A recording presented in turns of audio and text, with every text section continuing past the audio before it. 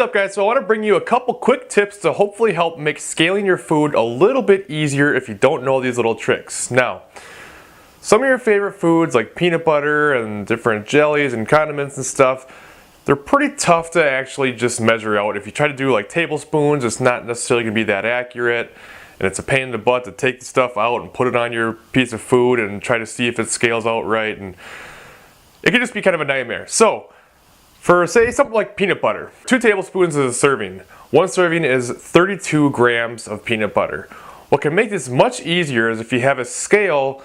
Hopefully you have a scale that can go into the negatives. They don't all do that. But if it goes into the negatives, you put the jar on the scale, zero it out, and then you scoop out your peanut butter, and it'll be negative however many grams you just took out. And that'll be a much easier way of telling what you take out. And for me, I've kind of noticed if I use the big spoon and I take a big giant spoonful and pull it out, it's usually pretty darn close to 32. As you see here, I did it on the first try, I got 34. Close enough for me, I'm not that anal. So that's one way of doing it. Now another, if you don't have a scale that goes to 0, or if you're doing something like, say you're eating chicken that has a bunch of bones and stuff in it, it's pretty tough. You can't just throw it on a scale and say, okay, this is how much chicken I'm going to eat, because there's all these bones in there you're not going to eat. That weight doesn't count.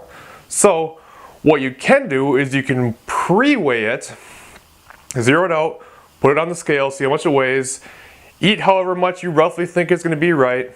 Make sure you keep all the bones and all the extra parts that you don't eat inside the container, and then you can throw it on the scale when you're done or in the process, rescale it, and then do the math to see how much you've eaten. So that's another good way to do it. And one other quick thing, if you're doing bananas, do not weigh the banana with the peel on it and think that's the right count. That's not how it works. The banana is what you actually eat, not the peel. So, weigh the banana in the peel.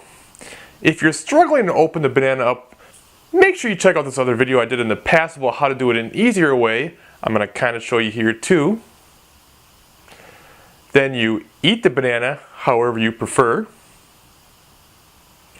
Then you take the peel that's left over, you put it on a scale, you weigh that, you do the math once again, and that's how much banana you ate. So as you can see, this works for many, many different things. There's a wide variety of different things you can use to weigh out different foods to be able to make sure you're tracking your food right and getting the nutrition right by the end of the day.